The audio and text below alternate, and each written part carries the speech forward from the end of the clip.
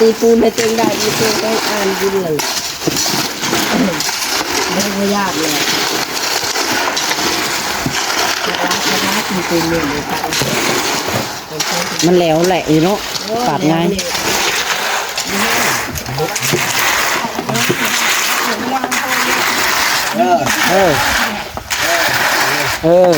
ไล่ลงก่อนบ้าเนาะ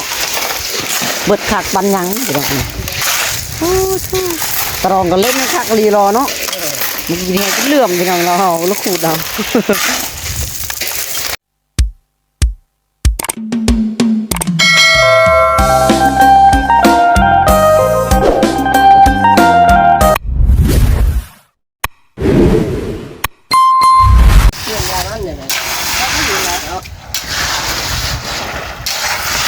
พี่น้องนะมาต่อกันตอนนี้อีพีสองกำลังอันนี้เราไปอยู่เลยเราไปดีเนาะมันนั่นเนาะเราไปอยู่ครับวันนี้หาดิกำลังพี่น้องกำลังนั่นเขากำกับเองครั้งแรกเราจะมาเอาเลยกำลังกวาดกำลังคนอยู่พี่น้องเลย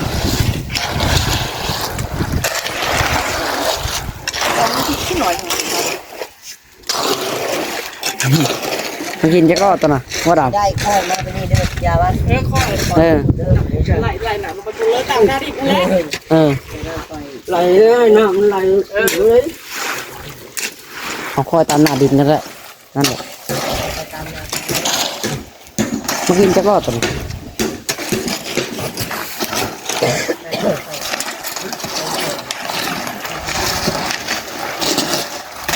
เอาไปตามหน้าดินก็ได้ม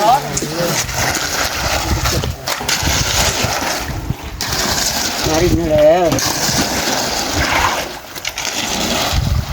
เนี่ยมาได้มันดินทำโบเพียงเด้ตามนาดินนั่นแหละขันที่เตี้ยเพียงก็พอแห้งเรียกว่าชะ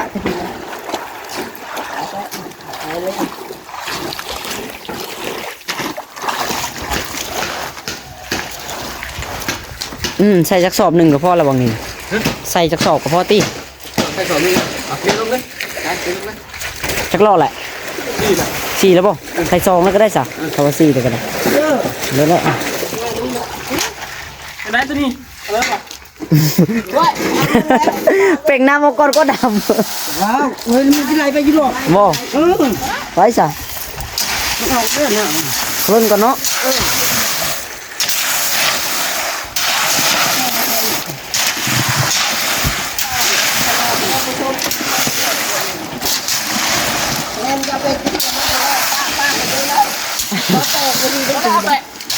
ปากตามไปดูเลยปากกล่องนี่มันก็ยาวแล้วนะตาเป็นคนไวแห้ง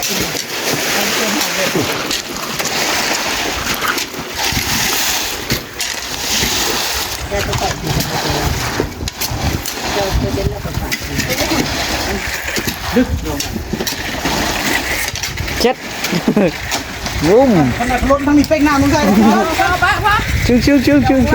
เห็นทั้งนั้นรถรถน้ำเกือบลูกแล้วเนาะว้าบกกว่าคือพูดดีขนาดอยู่คุณลงเลยบกดูนะกวาดเอาตัวกวาดแล้วฝ่ายนั้นก็ดีน้ำมันลุกเลยมันลุกให้นอกมันนะน้ำจะเกี่ยวดีถึงหรือว่าทายันนั่นจะไล่แล้วนี่มันทันแล้วนี่ยามันคือมันออกคุณโอ้เสียดายโอ้ปูนได้ดังไว้อันนี้วะเขี่ยขึ้นบางทีมเจ้าหน่อยไปเขี่ยขึ้นแห้งเลย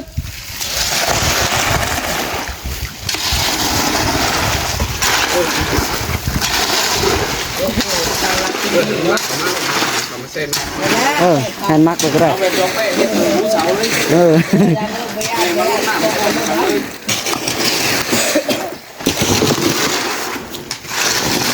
ตีปูนให้ตัวเองได้ไม่ต้องได้อ่านกินเลยไม่ยากเลย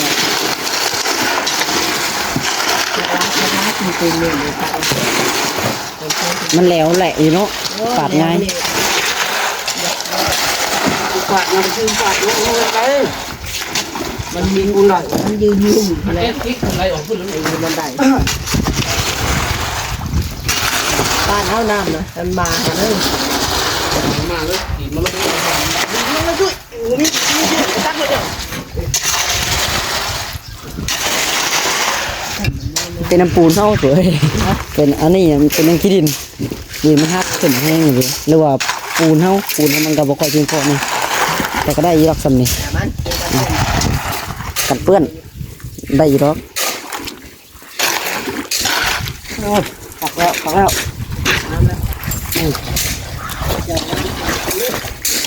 เลย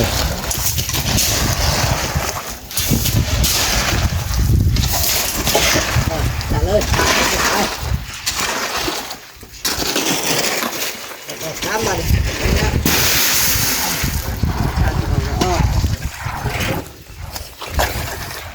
ลงหน้าอีกลายไปพูดต่อ เฮ้ยมีไว้ทายก่อน พอดีสามเหลี่ยมเลยเนาะนี่ก็ได้เนาะดึงตูดเป็นเหลี่ยมเลยคุณ หนักปาก นี่ยังว่านักปราชญ์เนาะ ว่าปาดเรื่องเพิ่นแค่เดียวมาเป็นไรอยู่ใช่นี่บ่พอเนาะฮะบ่พอนี่ นี่เหี้ยเบิดเลย บ่ได้ไร เบิดเลยพี่น้อง กองมึงเป็นยังกองนึง ทรายเขาจะยังหลายอยู่เนาะทรายกินแห้งเลยแหละสิละเลาะเล่มมากเล่มกับพ่อคือเก่าพี่น้องเบิดไปเอาเทตามตีพ่อเบิดไปกับพักผ่อน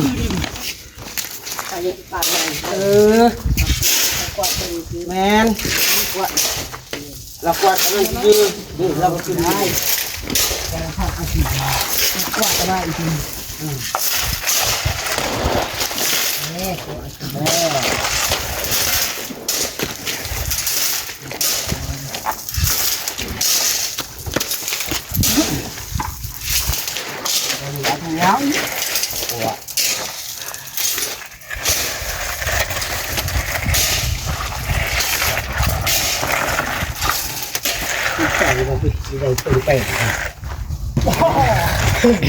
นี่เลยกันบูดูก่อนเอาขึ้นไปเนาะน้ำมันสัตว์ไม่พูดเลย ทำสิน้ำบ่ เขาไม่ช่วยถ้ากวาดมือไปก่อนมองหลับมันมีหีดก่อนมีเพียงเลย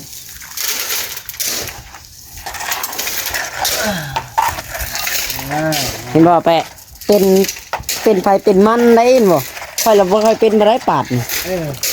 ทำทั่วแล้วเป็นปาดสามเหลี่ยม ใจเย็น เห็นเฮาว่าคันสาบโบกแล้วได้เฮารับรองฝีมือคันสาบโบกคันปาดสามเหลี่ยมบ่ค่อยเป็น เนาะแม่บดกันแต่พี่เราอ่ะ เป็นคนละอย่างพี่น้องน้องทั่วสามเหลี่ยมนี่ปาดสามเหลี่ยมปาดพื้นนี่เก่งเพิ่นได้น้องลาปาดจักบ่ได้พี่น้องบ่ค่อยได้ดอกใจร้อนโพดต้องคนใจเย็นเฮ็ดได้ตัวนี้ นี่จะได้ห้อยหนาปูนจังเลย บ่ค่อยก็ได้ดอก เพื่อนเลยเพื่อนมาเรียนรอไปยังเพื่อนมันเป็นน้ำ นี่บ่จักล้ออะไรใส่ โอเคอยู่ยังกองใต้ตักลงเลย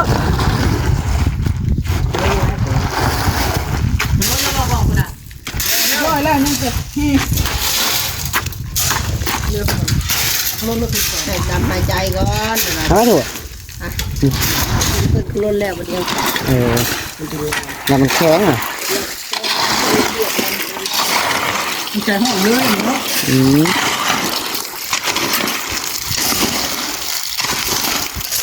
ด้านนี้มันมาน้ำอัง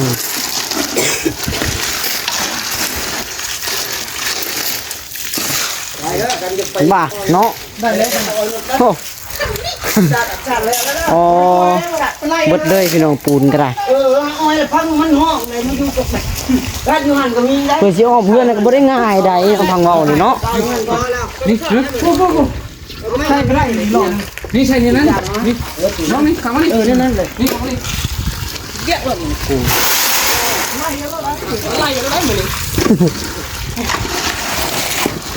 มันนั่นด้วย ว่าเพื่อสิอ้อมเพื่อนก็บ่ได้ง่ายเนาะเบิดปูนเท่าไหร่ปูนเป็นโตนบ่ได้เลยก็ได้โตนนึงยังบ่อ้อมอยู่พี่น้องฮะ ชื่ออะไรที่ ใช้เฮาขูดแล้วได้เฮาเติมแล้วได้ ถ่ายเอาตัวนี้เอาไปฉันเอาไปลองราชคุ้มเอา เฮาเติมแล้วเพิ่นแล้วเพิ่นเติมจังได๋นี่วะขูดเอาแต่นี่เฮาสแกนเอาเด้สแกน QR มันน่ะเติมแล้วยังเราซื้อแล้วถิ่ม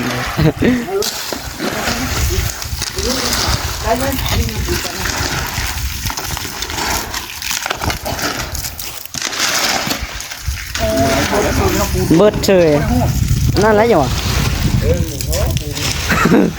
แต่บ้าเลยบ้าบ้าสองนะ เขาเอาบ้างก็ได้เนาะค่ะ คือเป้ว่ามันจีบแต่ที่นั่นที่ดันเดียวจะออกมาเลย นี่ก็ใช่นี่คนละรถแต่สิมั้ง อยากลงขึ้น ว่าพื้นมา เอา พื้นมันท้องอันนี้ให้ยากเลย นั่นแหละ นี่ไหลลงมันคุณเลยนะ ปูนกับได้รับช่องเนาะ ตัวโตมั้งคุณเหรอ พูดแล้วเนาะเขาว่าเอาแบบคุณภาพบริโลเนาะแต่การสำนีก็ได้อยู่โอเคแล้วสำนีก็ ได้ทำไม 4 เซน5 เซนแหละ แล้วลุงเกิดปาดลงมาเลยเลยบ้าเอาไปเนี่ยแต่ไม่ได้ว่าเราอย่างไรเขามาปูไม่ได้เดินมาแล้วไปเยอะอะไรเนี่ยพ่ออีกก็ยินดีคุณตรงนี้รถมันขึ้นเยอะเลย กันมันก้อนบ่มันหักแข้งโพดเนาะก็เลยอันไปกดกันอีกมันก้อนน่ะขันกว่ามันได้แล้วก็กวาดลงพูดนี้ทำได้ใช่ไหมจ๊ะร้านมันตีนจับมันตีนน้อยจับแค่ ยามันนอกแต่มันเอาไม้เองก็ ให้มันข้างเลยนะว่าเขาอัดปีมันข้างอยู่แล้วนะมันแล้วยังเพลวตัว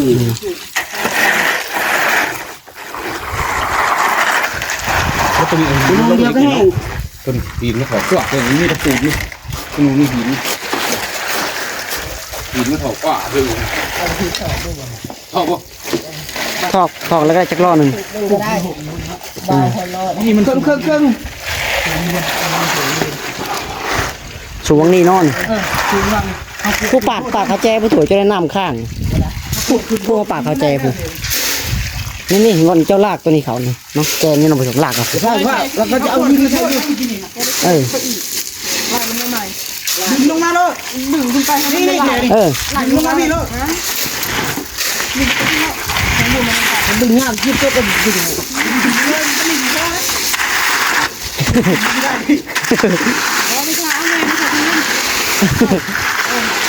เอ้ามาแล้วดิเหรอขอโอ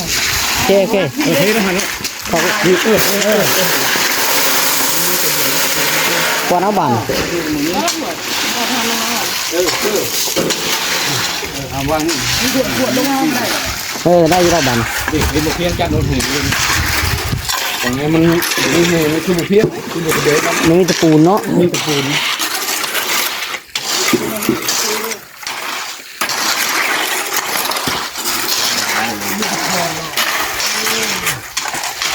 อ้าวไป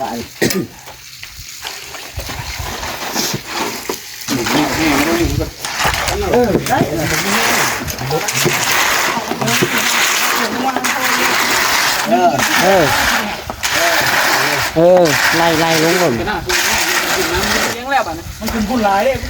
ดูหนักดูหนักโอเค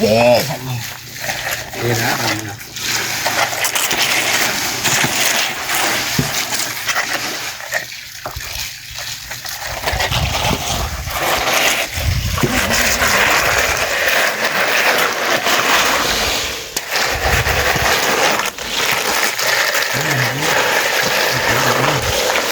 รถไ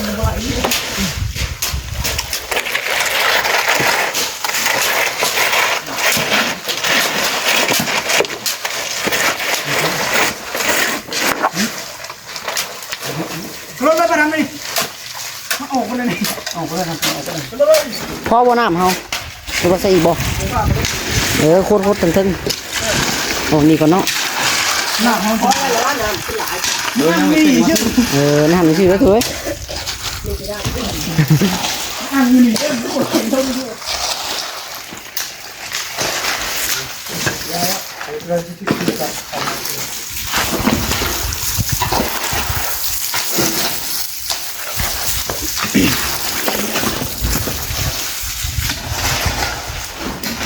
เอานี่ไปเลย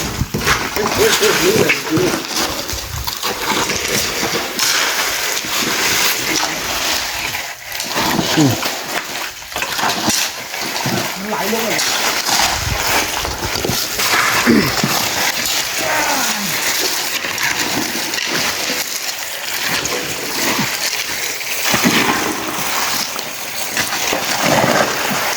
อะไรนะ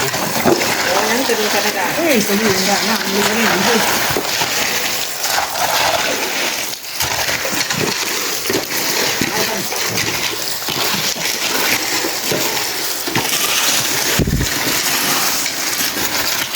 กองบนกองเดียว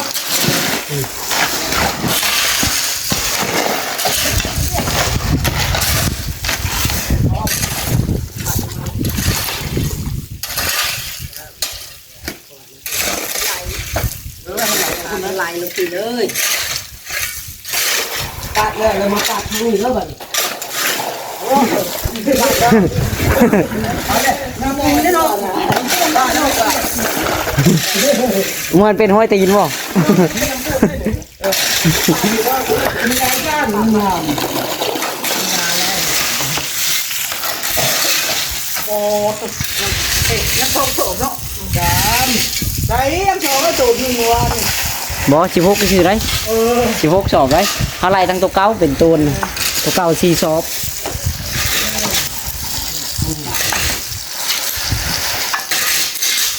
ให้สูงอยู่ตั้มพอเลยจักเป็นแล้วก็ทำเป็นเชือกลงไปโอ้ยมาเรียนกันนะ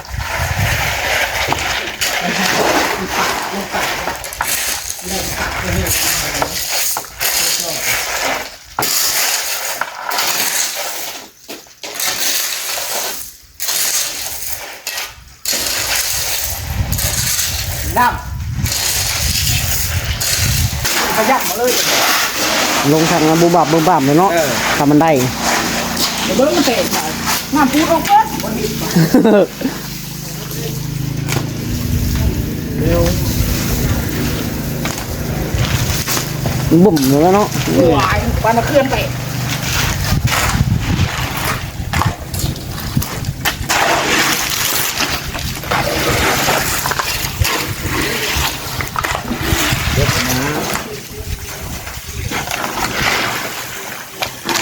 อย่าพาออกไป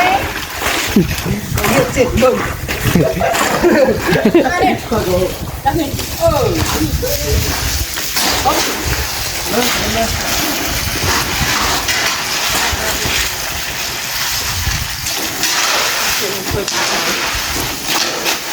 นี่ท่านนี่ประสงค์ลูกออกบนขัน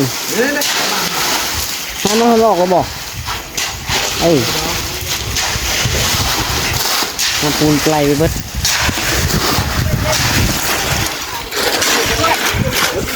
ช่วยใส่มาหน่อยนั่นแหละ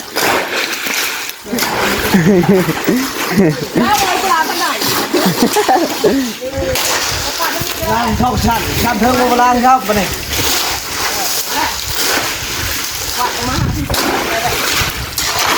ว่าคนทำขึ้นไปได้ทำจริง มาเนาะเบิดขักปันยังเดี๋ยวนี้ตรองกันเล่นขักรีรอเนาะมันกินแห้งเลื่อมไปหน่อยเราลูกขูดเอา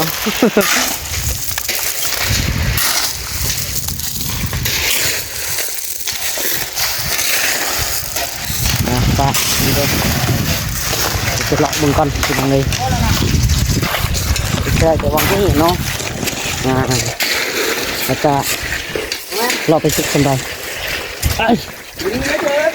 เลย